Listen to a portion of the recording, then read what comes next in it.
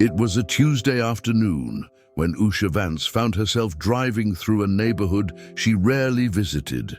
Rain tapped gently against her windshield as she navigated the unfamiliar streets, a stack of legal briefs sitting on the passenger seat. Beside her, she hadn't planned to take this detour, but construction on her usual route had forced her hand.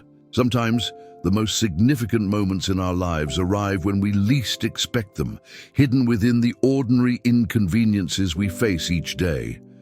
The neighborhood wasn't what most would call struggling, but it wasn't thriving either.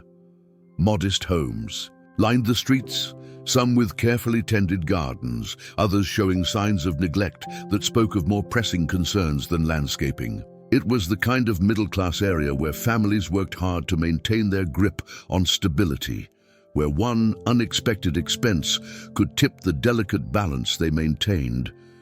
Usha noticed a small crowd gathered outside one of the homes, a simple two-story house with faded blue paint and white trim. At first, she assumed it might be some kind of neighborhood gathering, perhaps a yard sale despite the drizzling rain. But as she slowed her car, the expressions on people's faces told a different story. There was tension in the air, a heaviness that made her instinctively pull over to the curb.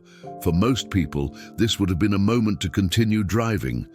After all, whatever was happening wasn't their business. But something about the scene tugged at Usha.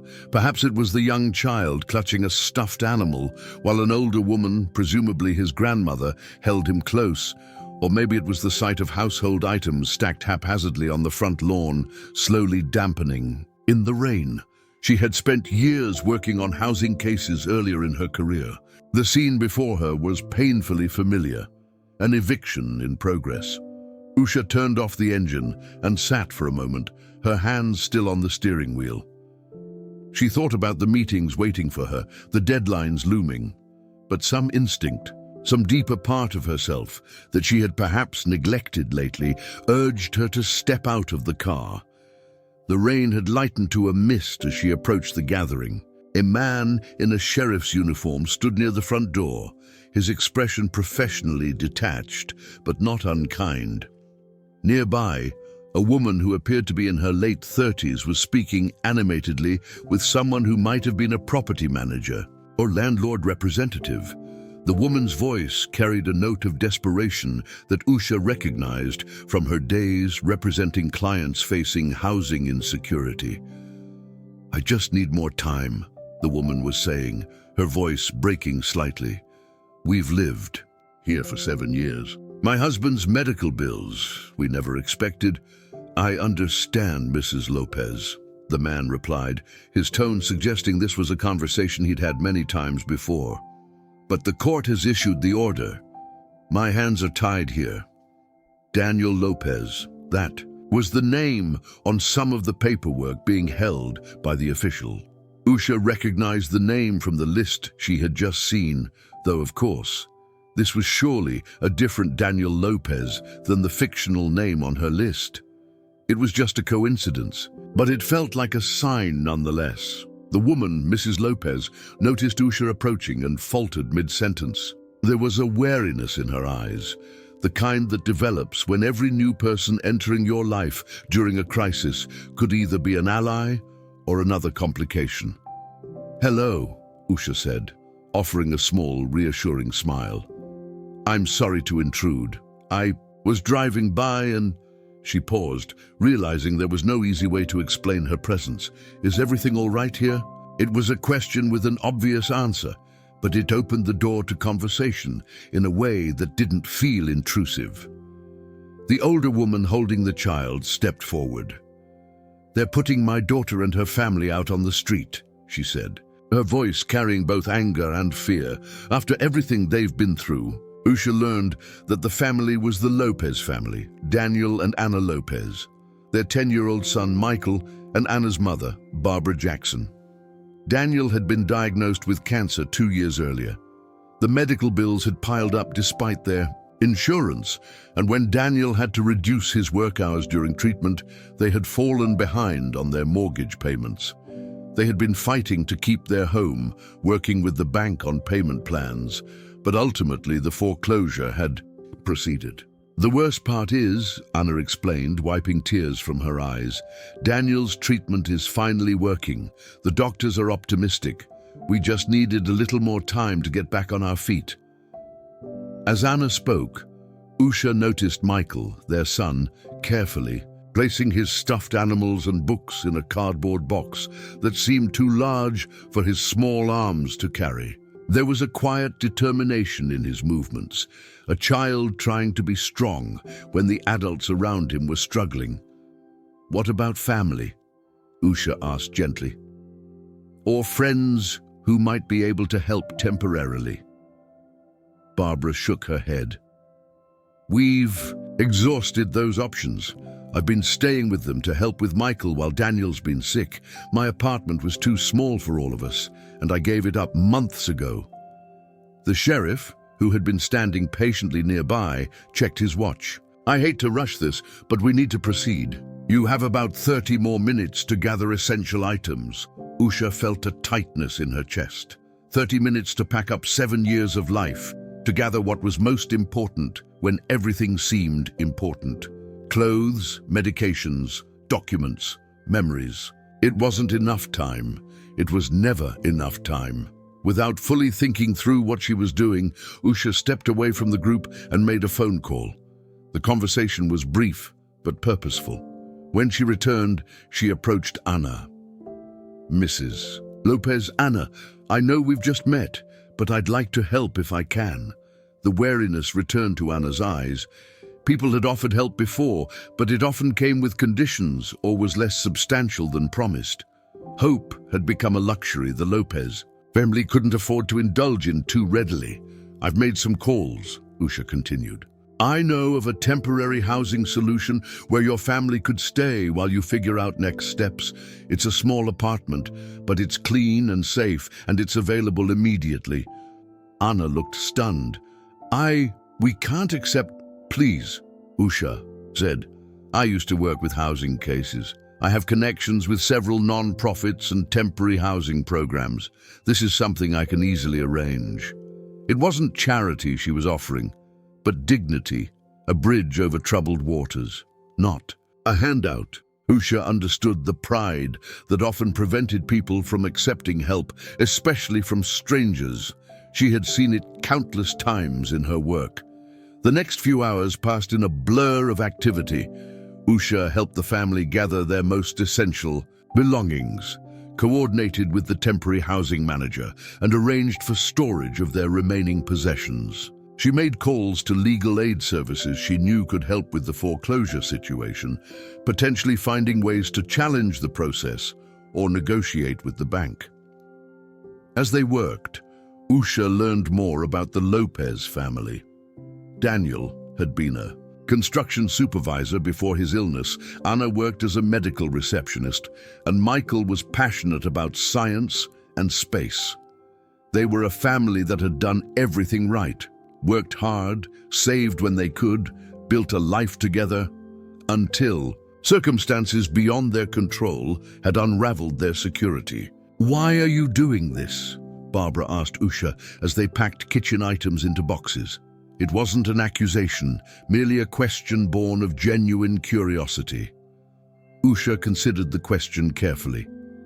"I believe that sometimes we're placed in certain situations for a reason," she finally said. "I took a different route today because of construction. I could have driven by, but I didn't. Maybe that means something." By late afternoon, they had managed to secure the temporary apartment and move the family's essential belongings. The property was managed by a non-profit organization that provided transitional housing for families in crisis.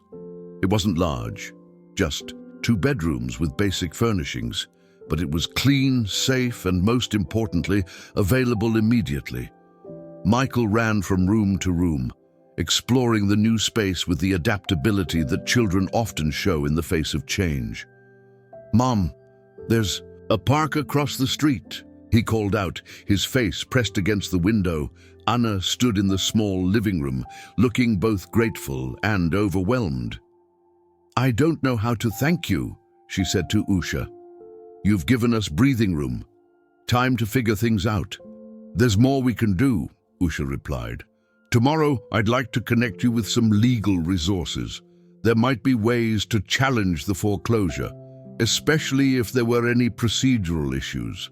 And there are programs that might be able to help with the medical bills. Daniel, who had been quiet throughout much of the day, conserving his energy, spoke up from where he sat on the couch. Why would you do all this for strangers? His voice wasn't suspicious, just genuinely curious.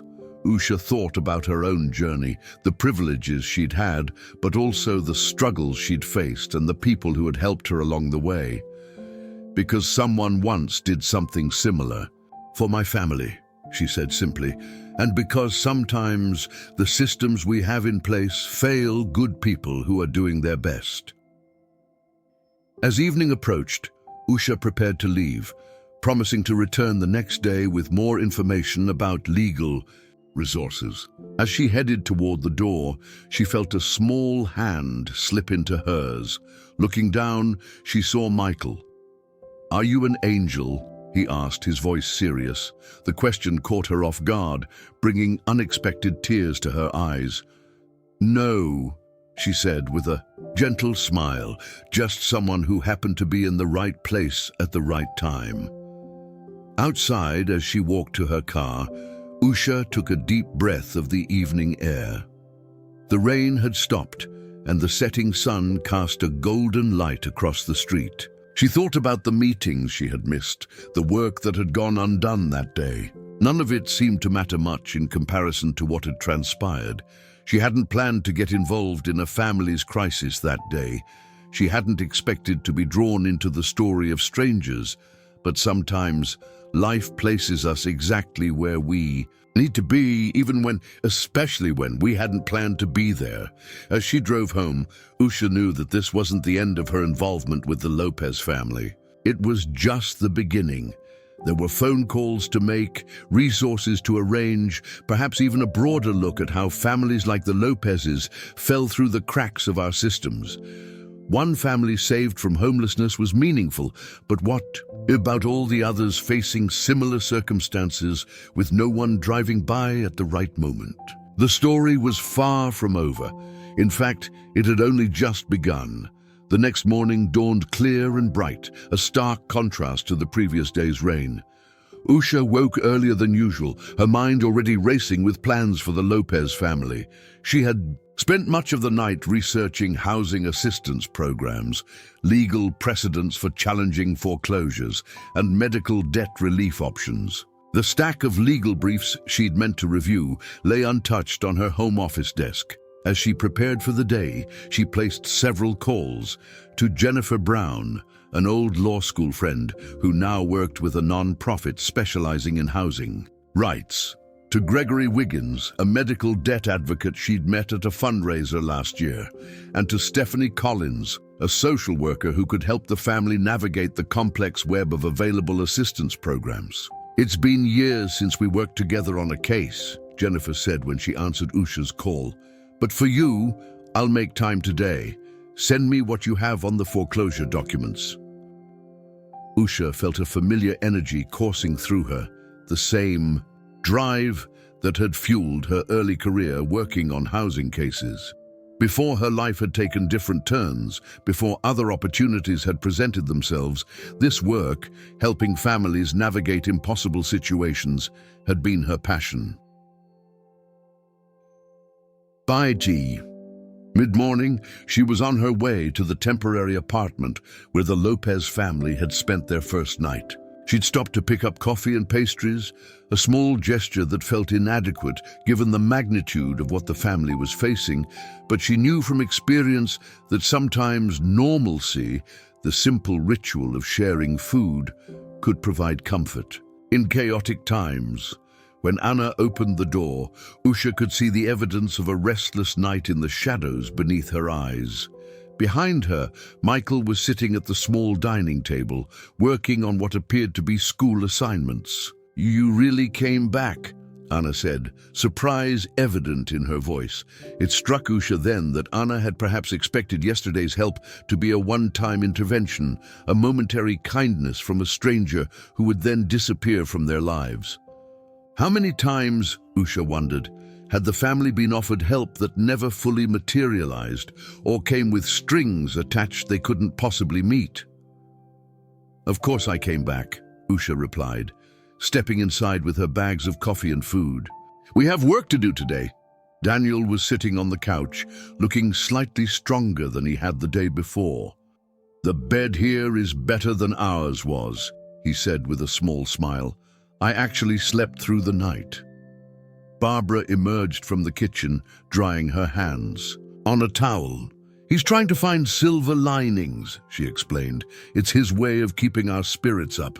As they gathered around the small dining table, pushing aside Michael's schoolwork to make room for the coffee and pastries, Usha outlined what she had learned and the resources she had arranged. Jennifer Brown, she's a housing attorney I used to work with, is going to review your foreclosure documents. There might be procedural issues we can challenge, especially if the bank didn't follow all the required steps for notification and offering alternatives. Anna's eyes widened.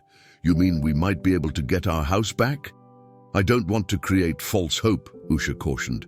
The foreclosure has already happened, but there might be ways to challenge it, or at the very least, negotiate for more time or better terms.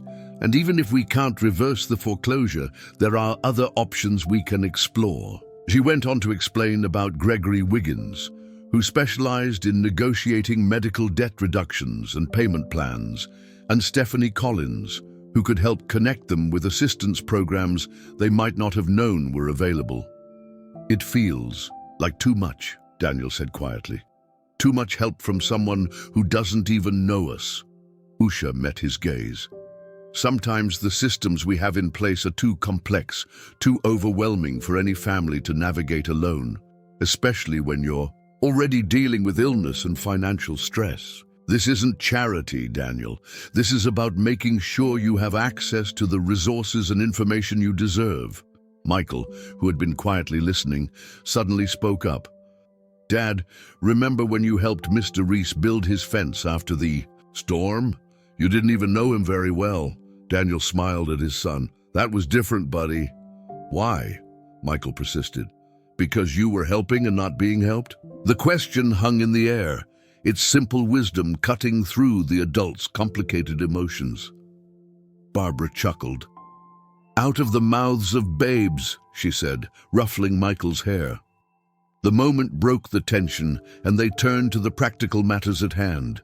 Usha helped Anna organize their documents, medical bills, mortgage papers, insurance policies, creating a system that would make it easier to share information with the various advocates who would be assisting them.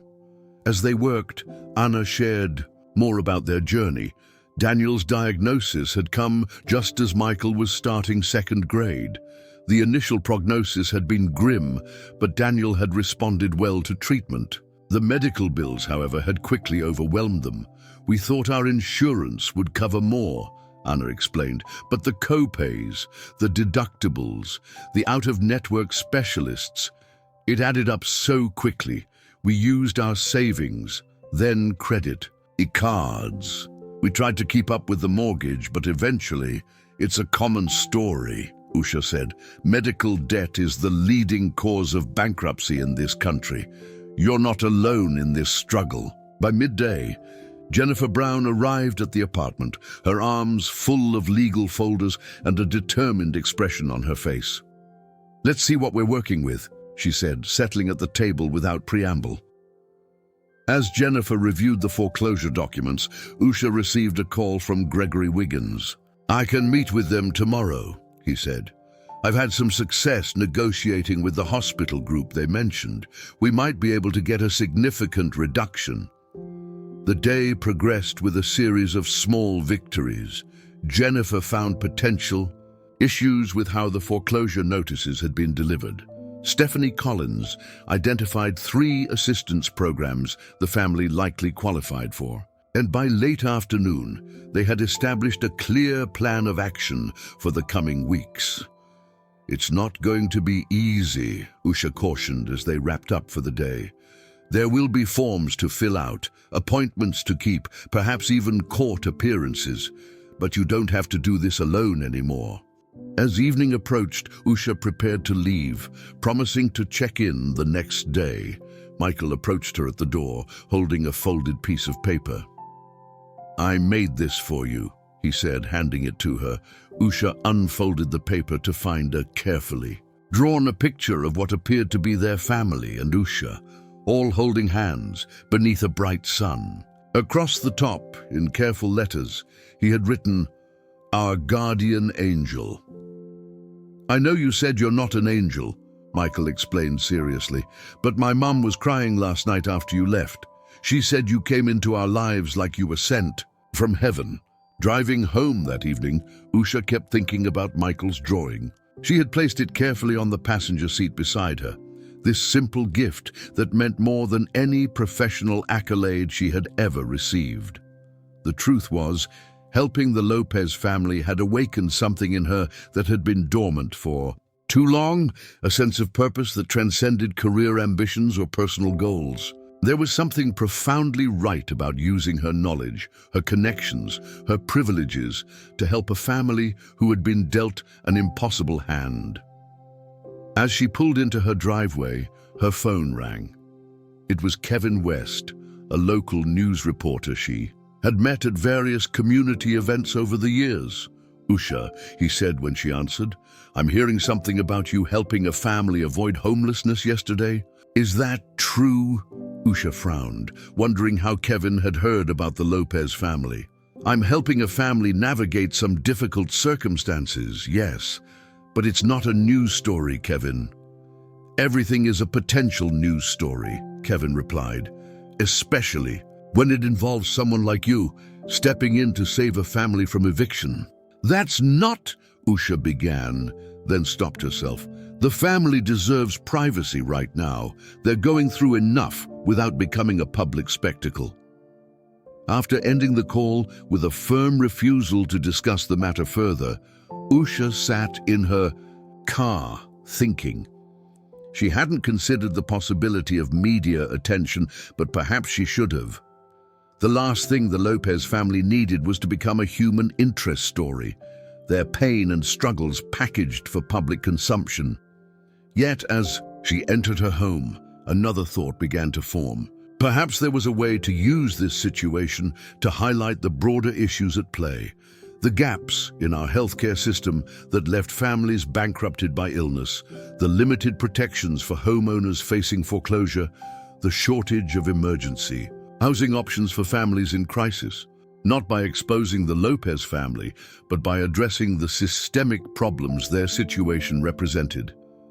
This wasn't just about one family anymore. It was about all the families facing similar circumstances, with no one happening to drive by at the right moment.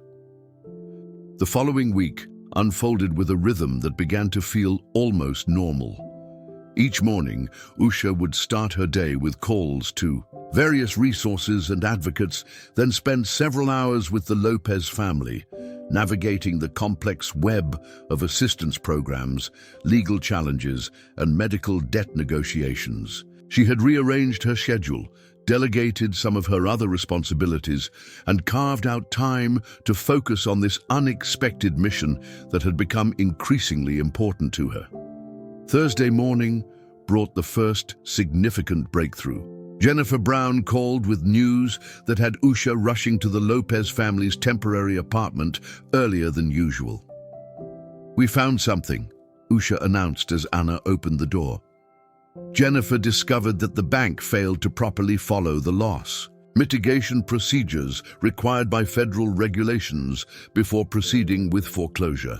Daniel, who had been having a good week health-wise, sat up straighter on the couch. "What does that mean exactly?"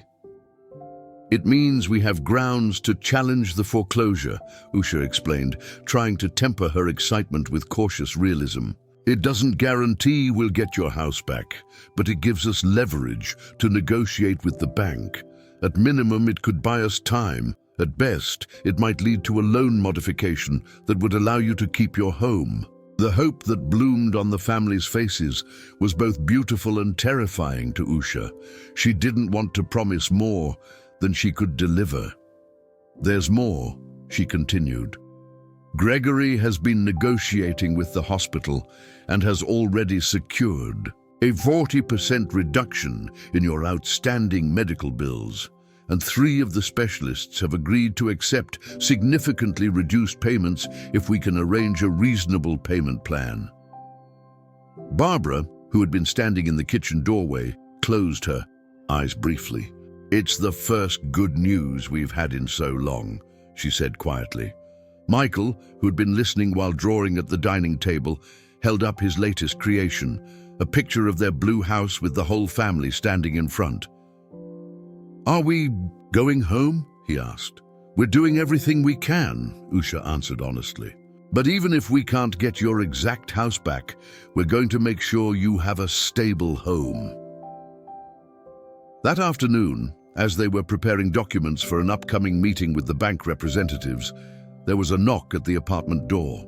Inna opened it to find a well-dressed man holding a small notebook. "Mrs. Lopez, I'm Walter Lyons from the Daily Chronicle. I understand your family has been through quite an ordeal and that Usha Vance has been helping you. I was hoping to talk to you about your experience." Usha rose quickly from the table. "Mr. Lyons, the Lopez family isn't interested in being interviewed at this time." The reporter's gaze shifted to Usha.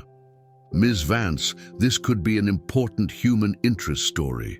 A family saved from homelessness by a chance encounter. People need to hear stories like this. What people need to hear about are the systemic failures that put families like the Lopez's in these situations in the first place." Usha replied firmly. "Not heartwarming anecdotes about individual rescues that let everyone feel good without addressing the underlying problems." Walter Lyons raised an eyebrow. "That sounds like an interesting angle too. Would you be willing to discuss that perspective on the record?" Before Usha could respond, Daniel Lopez spoke up from the couch. "Our story isn't unique," he said. "There are thousands of families facing what we're facing. Good people who worked hard, played by the rules, and still found themselves one medical crisis away from losing everything." The reporter turned toward Daniel with interest. "If sharing our experience would help other families avoid what we've gone through, or help change the systems that failed us, then maybe that's something we should consider," Daniel continued, looking to Anna for confirmation. Anna nodded slowly, not as some kind of charity case or feel-good story, but as an example of how broken the system is and how it could be fixed. Later that evening, after the reporter had left with the agreement to run any story by the family before publication, Usha sat with the Lopezes in their small living room, contemplating this new development. "Are you sure about this?" she asked. "Them. Once your story is public, you can't take it back. We've been thinking about it since you mentioned the reporter called you last week," Anna explained. "At first, I couldn't imagine exposing our struggles like that. But then I started thinking about all the other families facing similar situations, families who might not have someone like you drive by at the right moment." Daniel nodded. "If our story can help push for better protections for homeowners facing medical crises or highlight the gaps in our healthcare system, then maybe some meaning can come from what we've been through." The conversation shifted to the larger issues at play. How medical debt remained the leading cause of bankruptcy in America, how foreclosure procedures often moved forward even when alternatives might be possible, how the social safety net had holes large enough for entire families to fall through. "You know," Barbara said thoughtfully, "when Daniel was first diagnosed, we were so focused on the medical battle that we didn't realize we were about to face a financial one too. No one warned us. No one guided us through what to expect or how to protect ourselves." Her words sparked something in Usha, an idea that had been forming gradually over the past week. "What if we created a resource guide?" she suggested. something that hospitals could give to patients and families when they receive a serious diagnosis, a roadmap for navigating not just the healthcare system, but the financial implications as well. The idea took root and grew as they discussed it.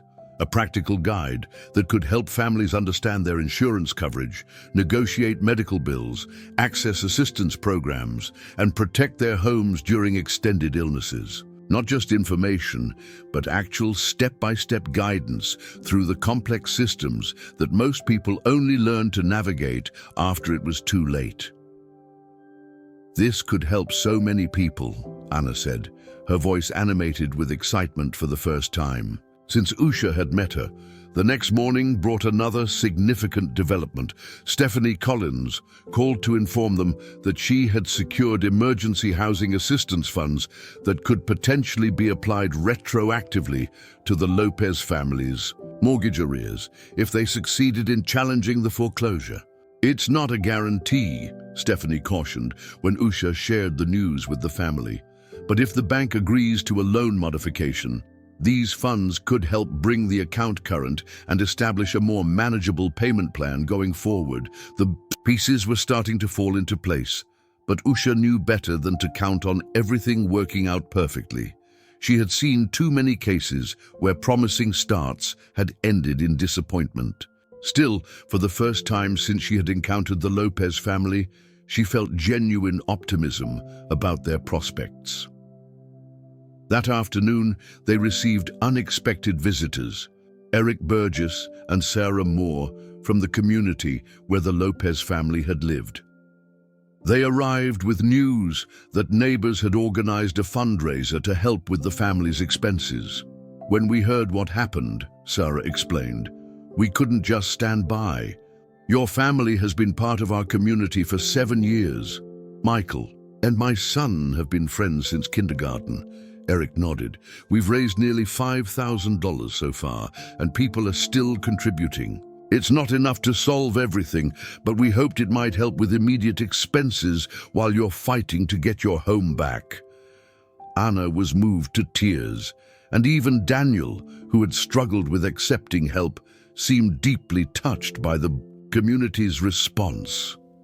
"We didn't realize how many people cared," he said quietly. "That's the thing about communities," Usha observed. "Sometimes you don't know their strength until you need them." After Eric and Sarah left, promising continued support from the neighborhood, Michael approached Usha with a serious expression on his young face. "Ms. Vance," he said formally, "if we get our house back, will you come visit us there? I want to show you my room and my telescope. Dad and I used to look at the stars before he got sick." The simple question caught Usha off guard, reminding her that amid all the legal strategies and assistance programs, this was fundamentally about a family, a child who wanted to return to his room, parents who had created a home filled with love, a grandmother who wanted security for her family. "I would be honored to see your telescope, Michael," she replied. That evening, as she prepared to leave, Usha noticed a small book on the dining table, a journal with Daniel's name on it. Anna saw her glance at it and smiled. He started writing. "Again," she explained. "Before his diagnosis, Daniel used to write every day. Reflections, ideas, sometimes just descriptions of ordinary moments. He stopped when he got sick, said he didn't have the energy anymore, but yesterday he picked it up again. The small detail felt significant, a sign of Daniel reclaiming parts of himself that illness and financial stress had temporarily taken away." The following day brought their scheduled meeting with the bank representatives. Usha and Jennifer Brown accompanied Daniel and Anna to the bank's regional office, armed with documentation of the procedural errors in the foreclosure process and the emergency assistance funds that had been secured. The meeting was tense at first, with the bank representatives defensive about the foreclosure procedures.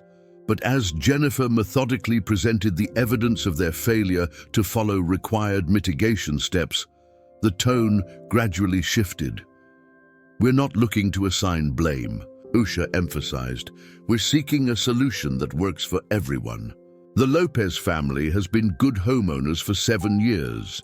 Mr. Lopez's medical crisis was an extraordinary circumstance that could happen to anyone.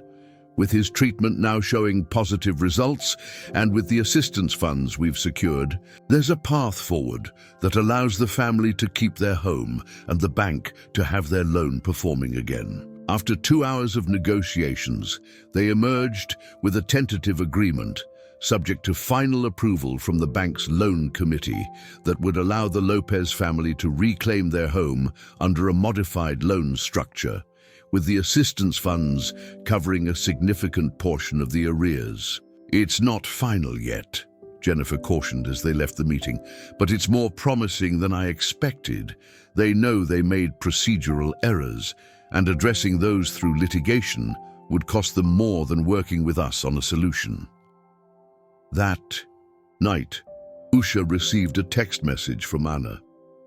"Daniel is feeling well enough to cook dinner tonight. First time in months. Whatever happens with the house, thank you for giving us hope again." The message stayed with Usha as she fell asleep, a reminder that beyond the legal victories and practical assistance, perhaps the most valuable thing she had offered the Lopez family was the restoration of hope, the belief that their situation wasn't hopeless after all. The next morning, Walter Lyon's article appeared in the Daily Chronicle.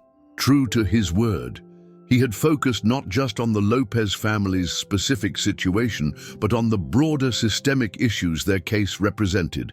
The headline read, "Medical Crisis to Housing Crisis, One Family's Journey Highlights Systemic Failures." The article quoted Daniel eloquently about the challenges families face when serious illness strikes, included statistics about medical debt and foreclosures, and outlined the gaps in protection for homeowners facing health crises. It mentioned Usha's involvement, but didn't sensationalize it as a rescue story. Instead, it emphasized the community response and the ongoing work to create better systems. By mid-morning, Usha's phone was buzzing with messages from colleagues, offering assistance, from other families in similar situations seeking guidance, from advocates and policymakers interested in addressing the issues raised in the article. One message in particular caught her attention. From a state senator she had met at various functions over the years. "This issue deserves legislative attention. Would you be willing to bring the Lopez family to testify at an upcoming committee hearing on healthcare and housing?" The opportunity to translate one family's experience into potential policy change was exactly what Usha had hoped might emerge from sharing their story. But she knew it would mean asking the Lopez family to step further into the public eye during an already challenging time. When she visited them that afternoon and shared the request, she was prepared for hesitation. Instead, she found determination. "If our experience can help change things for other families," Daniel said, "then something good will have come from all of this." Anna nodded in agreement. "We want to be part of the solution." As evening approached and Usha prepared to leave, Barbara pulled her aside. "You know," the older woman said quietly, "when you first showed up that day, I was suspicious. People don't usually help strangers without wanting something in return. But you've shown us that sometimes people really do appear in your life exactly when you need them most." Looking at the Lopez family, Daniel writing in his journal at the table, Anna reviewing paperwork for the bank with renewed confidence, Michael showing his grandmother a science project, Usha felt a profound sense of connection. These people, who had been strangers to her just weeks ago, had become important parts of her life, and perhaps, she reflected as she drove home, that was the most unexpected outcome of all. Not just that she had helped change their circumstances, but that they had changed something in her as well, rekindling a sense of purpose and connection that she hadn't realized she'd been missing. 3 weeks later, Usha stood at the back of a packed hearing room in the state capitol building, watching as Daniel Lopez adjusted the microphone in front of him. the Legislative Committee on Healthcare and Housing had convened a special session to address the intersection of medical debt and housing insecurity, and the Lopez family had been invited. As the lead witnesses, Daniel looked different today, stronger, more confident than when Usha had first met him. His color had improved, and though he still moved with the careful deliberation of someone recovering from serious illness, there was a vitality to him that spoke of healing in progress. "My name is Daniel Lopez," he began, his voice steady. 3 years ago, I was diagnosed with stage 3 lymphoma. My wife Anna and I had good jobs, health, insurance, and a home we'd lived in for 7 years. We thought we were protected. We were wrong. As Daniel shared their story, the mounting medical bills despite their insurance, the impossible choices between treatments and mortgage payments, the eventual foreclosure, Usha observed the committee members' reactions. Some nodded in recognition, others looked shocked, and a few made notes with furrowed brows. "What happened to my family isn't unique," Daniel continued. "According to research, medical debt contributes to over 60% of all bankruptcies in this country. What is unique in our case is that someone happened to drive by during our eviction and stopped to help. Most families aren't that fortunate." Anna spoke next, detailing the complex and often contradictory systems they had been forced to navigate while also caring for a seriously ill spouse and a young child. Barbara followed, describing the impact on their extended family and the elderly, who often serve as safety nets when systems fail. The committee chair, Senator Katherine Robinson, leaned forward when they finished. "Thank you for your courage in sharing your experience. It's one thing to review statistics and policy papers. It's another to hear directly from families like yours. What specific changes do you believe would have made the biggest difference in your situation?" Daniel and Anna exchanged glances. Then, Inna spoke. "3 things would have made an immediate difference for us. First, stronger requirements for banks to work with homeowners facing medical crises before foreclosure can proceed. Second, better coordination between healthcare and financial support systems. We spent countless hours searching for programs we qualified for, often learning about them too late. And third, caps on out-of-pocket medical expenses that actually reflect what families can reasonably pay while maintaining their housing." The testimony continued for nearly 2 hours, with the Lopez family answering questions from committee members with a clarity and directness that clearly impressed the legislators. When they finally stepped away from the witness table, several committee members approached to speak with them personally. Usha met them at the back of the room, offering water bottles and a quiet place to sit after the emotional testimony. "You were incredible," she told them. "You put human faces to statistics these legislators have probably seen dozens of times without fully understanding the reality behind them." Michael, who had been sitting quietly with a volunteer aide during the testimony, rejoined his family. "Did you tell them about our house, Dad?" he asked. Daniel smiled, ruffling his son's hair. "I did, buddy, and about how we're going back home next week." The news about their home had come just 3 days earlier. Final approval from the bank's loan committee for the modification agreement that would allow the Lopez family to reclaim their house. The assistance funds would cover the arrears, and the restructured payment plan would be manageable with Daniel's improving health and gradual return to work. Senator Robinson approached their small group. "Mr. and Mrs. Lopez, thank you again, and for your testimony. I believe it's going to make a real difference in how we approach the legislation we're drafting." She turned to Usha. "And Ms. Vance, the resource guide you submitted to the committee is exactly the kind of practical tool we need to include in our recommendations. Would you be willing to work with our staff to refine it for potential statewide implementation?" The resource guide had evolved significantly from its initial concept, Working with healthcare advocates, financial counselors, and housing specialists, Usha and the Lopez family had created a comprehensive roadmap for families facing serious medical diagnoses, explaining insurance terminology, outlining assistance programs, providing scripts for negotiating with medical billing departments and mortgage services, and including templates for crucial legal documents. "I'd be honored to help refine it," Usha replied. "The goal has always been to create something that could help other families avoid what the Lopezes experienced." As they left the Capitol building, a small group of reporters waited outside. Walter Lyons from the Daily Chronicle was among them, but there were also representatives from larger outlets, indicating that the story was gaining broader attention. "Are you up for a few questions?" Usha asked the family. Anna nodded. "We've come this far. Might as well keep using our voice while people are willing to listen." The impromptu press conference lasted only 15 minutes, but the Lopez family spoke with a confidence and purpose that transformed what could have been a story about victims into one about advocates for change.